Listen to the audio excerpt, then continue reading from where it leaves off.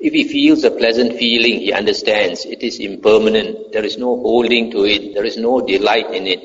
If he feels a painful feeling, he understands it is impermanent. There is no holding to it. There is no delight in it. If he feels a neither painful nor pleasant feeling, he understands it is impermanent. There is no holding to it. There is no delight in it. If he feels a pleasant feeling, he feels it detached. If he feels a painful feeling, he feels it detached. If he feels a neither painful nor pleasant feeling, he feels it detached. When he feels a feeling terminating with the body, he understands, I feel a feeling terminating with the body. When he feels a feeling terminating with life, he understands, I feel a feeling terminating with life. He understands, on the dissolution of the body, with the ending of life, all that is felt, not being delighted in, will become cool right here. Monk, just as an oil lamp burns in dependence on oil and a wick, and when the oil and wick are used up, if it does not get any more fuel, it is extinguished from lack of fuel. So too, when he feels a feeling terminating with the body, or a feeling terminating with life, he understands, I feel a feeling terminating with body or life. He understands, on the dissolution of the body with the ending of life, all that is felt, not being delighted in, will become cool right here.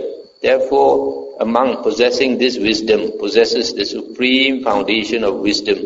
For this monk is the supreme noble wisdom, namely the knowledge of the destruction of all suffering. I'll stop here for a moment now. So, if a person has finished his work, he has become liberated, then whatever feeling he feels, he does not attach to it, does not even identify the feeling with himself. He just knows something impermanent has arisen and will cease. Then he says here, if he feels a feeling terminating with life, and he feels a feeling terminating with the body. Now in the commentaries, it says a feeling terminating with the body means at the end of life.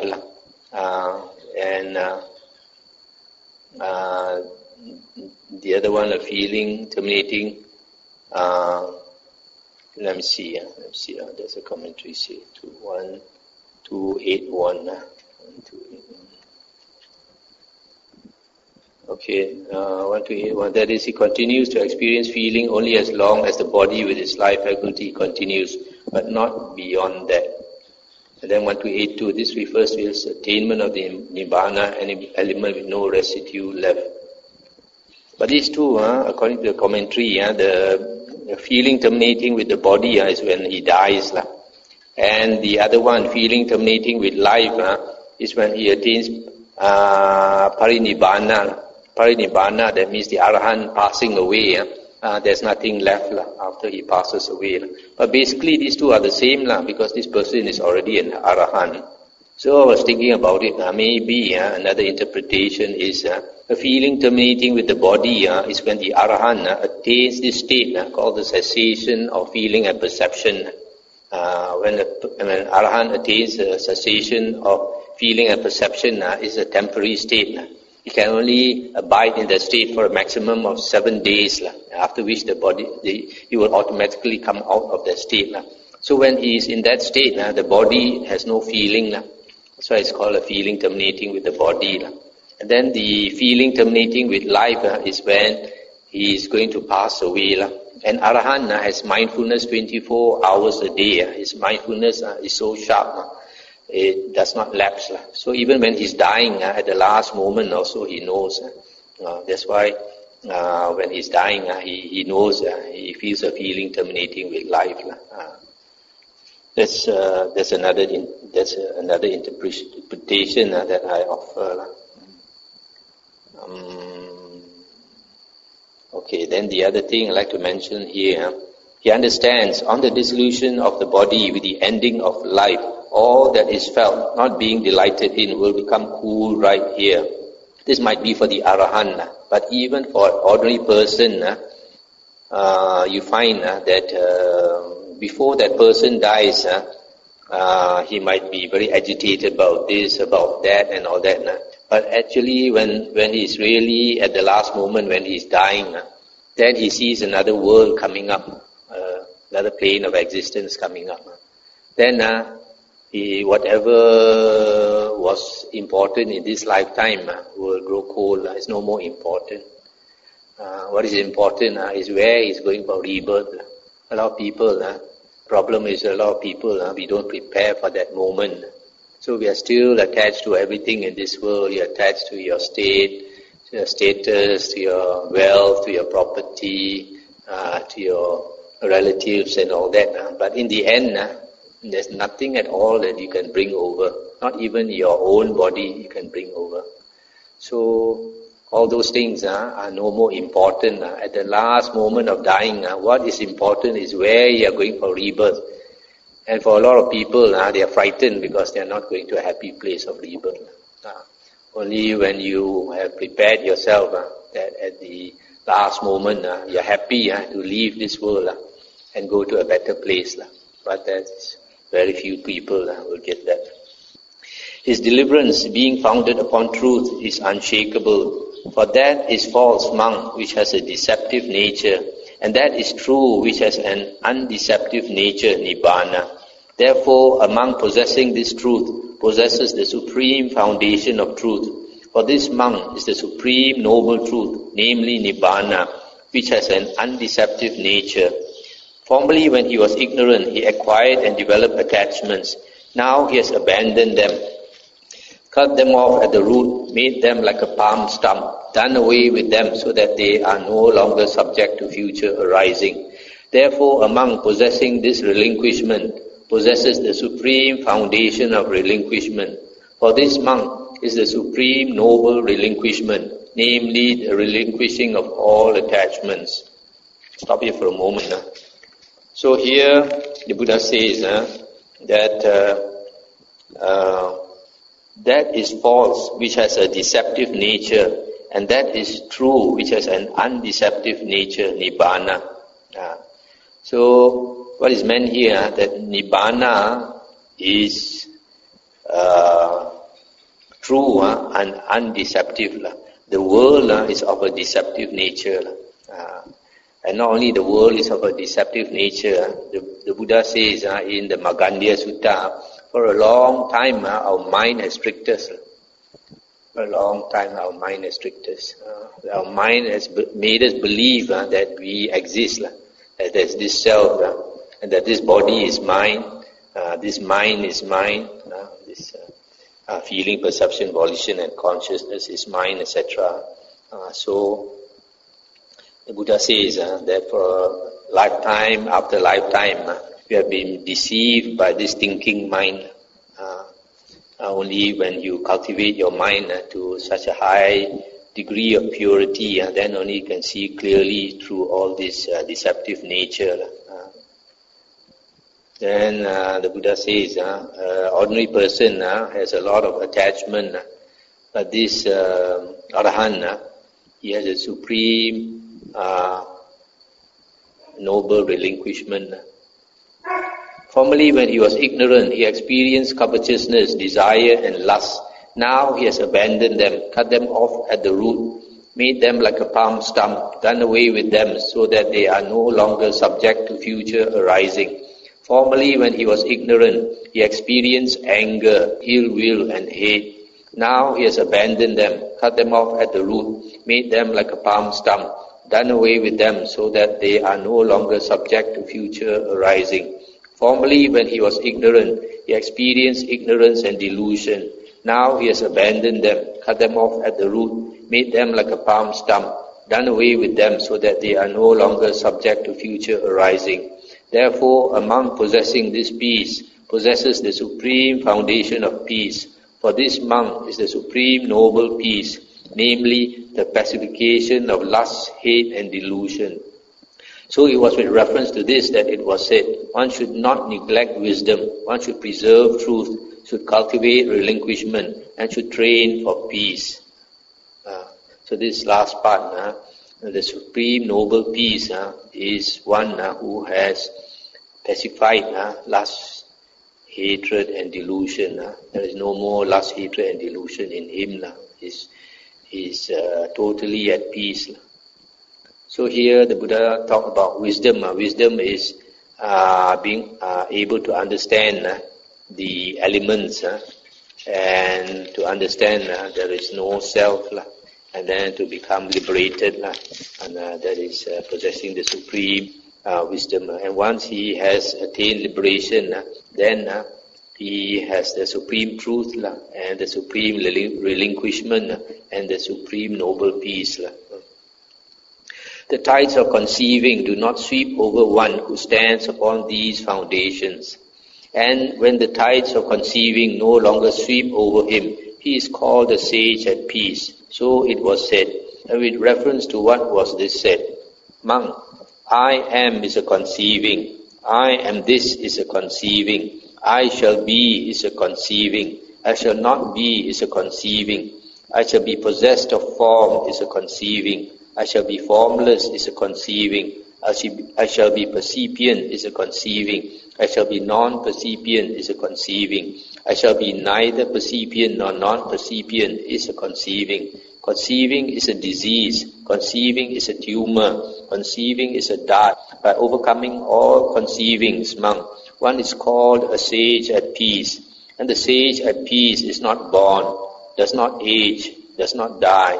He is not shaken and is not agitated, for there is nothing present in him by which he might be born.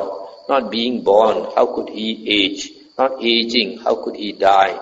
Not dying, how could he be shaken? Not being shaken, why should he be agitated? So it was with reference to this that it was said, tides of conceiving do not sweep over one who stands upon these foundations. And when the tides of conceiving no longer sweep over him, he is called a sage at peace. Monk, bear in mind this brief exposition of the 6 elements. Stop here for a moment. So this conceiving is, you can say, thinking, having ideas. The normal mind, the Buddha says, tends to proliferate, papancha. One thought becomes 10, 10 becomes 100, 100 becomes 1,000. So there are some people, they think too much. At night, they cannot switch off the mind, they cannot fall asleep.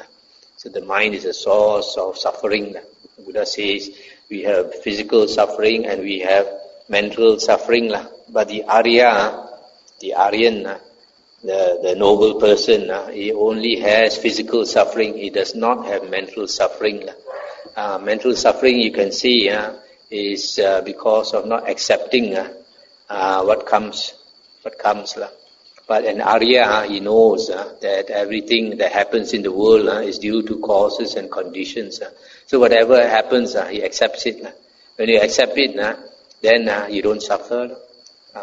Ordinary person will not accept this, will not accept that, and he thinks and he thinks and he thinks, and the mental suffering proliferates. So this Arahant, he is at peace. He does not have any more conceiving. He does not think, I am this, or I shall be this, or I shall not be this, or I shall have a certain form, or I shall have a formless Deva's body, or I shall be percipient, non-percipient, etc. So the Buddha says, conceiving is a disease, is a tumor, is a dart. That means it's a source of suffering. So when this person has become liberated, he has overcome all conceivings, and he's at peace, so he's not agitated. Thereupon the Venerable Pukusati thought, indeed the teacher has come to me, the sublime one has come to me, the fully enlightened one has come to me. Then he rose from his seat, arranged his upper robe over one shoulder, and prostrating himself with his head at the Blessed One's feet, he said, Venerable Sir, a transgression overcame me, in that like a fool, confused and blundering, I presume to address the Blessed One as a friend. Venerable Sir, may the Blessed One forgive my transgression seen as such for the sake of restraint in the future. Surely, monk, a transgression overcame you in that like a fool, confused and blundering, you presume to address me as friend.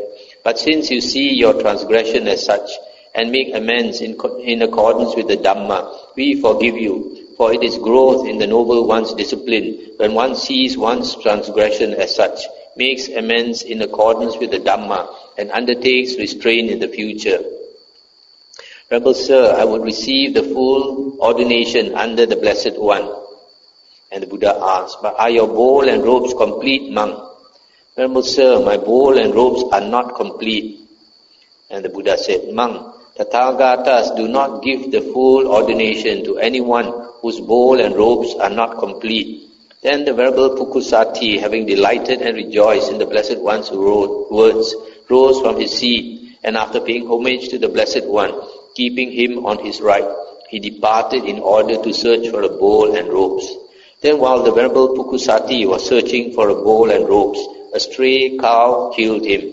Then a number of monks went to the Blessed One, and after paying homage to him, they sat down at one side and told him, Venerable Sir, the clansman Pukusati, who was given brief instruction by the Blessed One, has died. What is his destination? What is his future course?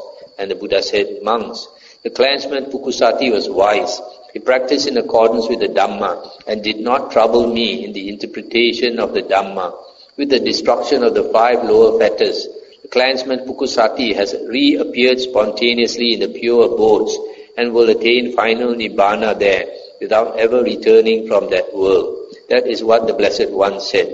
The monks were satisfied and delighted in the Blessed One's words. That's the end of the sutta. So this Venerable Pukusati, he asked for ordination, full ordination. So the Buddha said, you have to have complete robes and bowl before you can be ordained.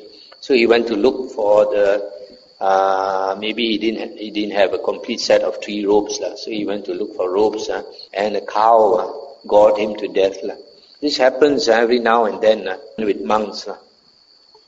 Why? Because a monk wears the robe, which is this saffron colored, and these cows, if they happen to have a young calf by the side, and a monk comes near, they tend to attack the monk because this is like the tiger's color.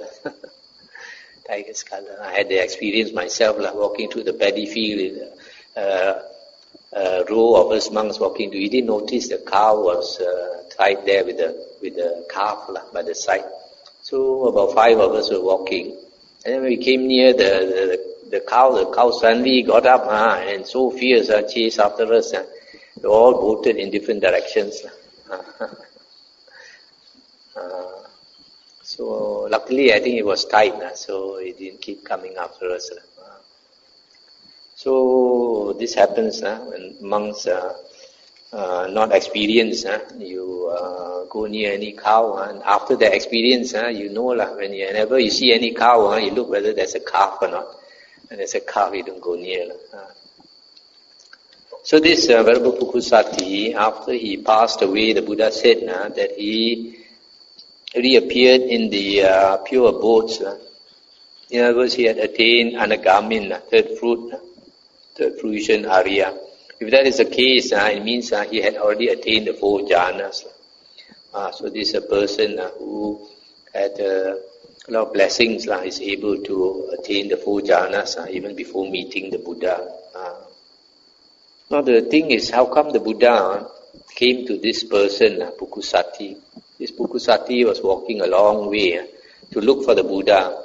And the Buddha came to him when he was in Rajagaha, before he arrived in Savatthi. If you look in the Vinaya books, we find that the Buddha, generally, he will look for some person who is ripe for enlightenment. And generally, he will look for those people who have attained the 4 jhanas, either in this lifetime or in a previous human lifetime, so that they still have the ability to attain the 4 jhanas. So the Buddha, he surveys the world at night, and when he finds such a person, he will go to that person, teach the Dhamma, and that person can become an Arahant, sometimes just by hearing the Dhamma, either Anagamin or Arahant. So he probably saw that this Pukusati was such a person, and maybe he might have seen that this Pukusati, his life was coming to an end. So he, out of compassion, the Buddha went to him and help him to become anagamin, so that he went for a good rebirth. He never be reborn in the woeful plains.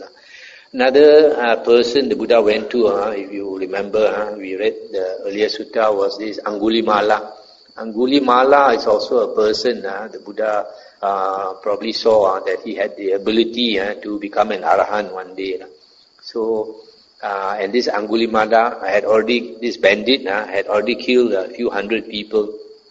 So the king King Pasenadi was going to catch him, to kill him with his army, you see. So the Buddha went to him before this, the king went to kill him, and then spoke Dhamma to him so that he became a monk. And after he became a monk, he strove very hard and attained arahanthood.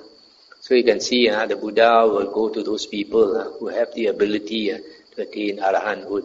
And we know that the condition to become an anagamin or an arahant is 4 jhanas.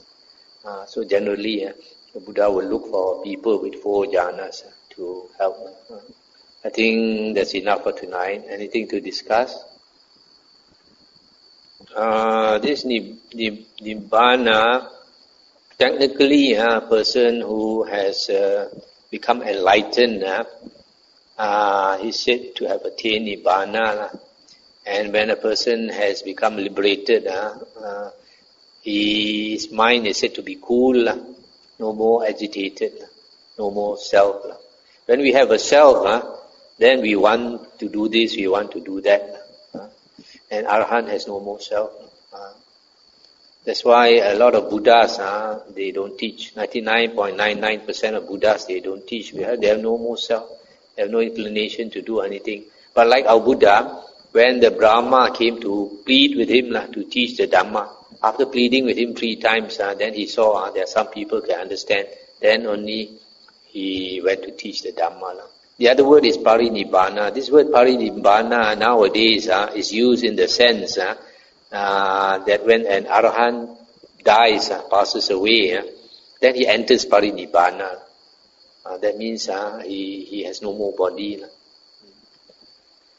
The consciousness also has stopped. The body also has broken up, the 5 aggregates.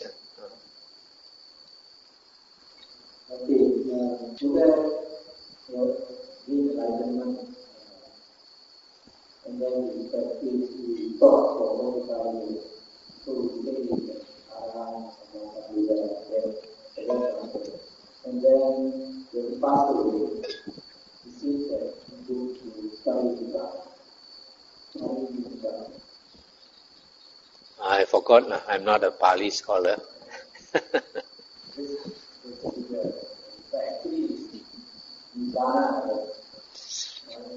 I think from the word parisuddhi, parisuddhi is complete,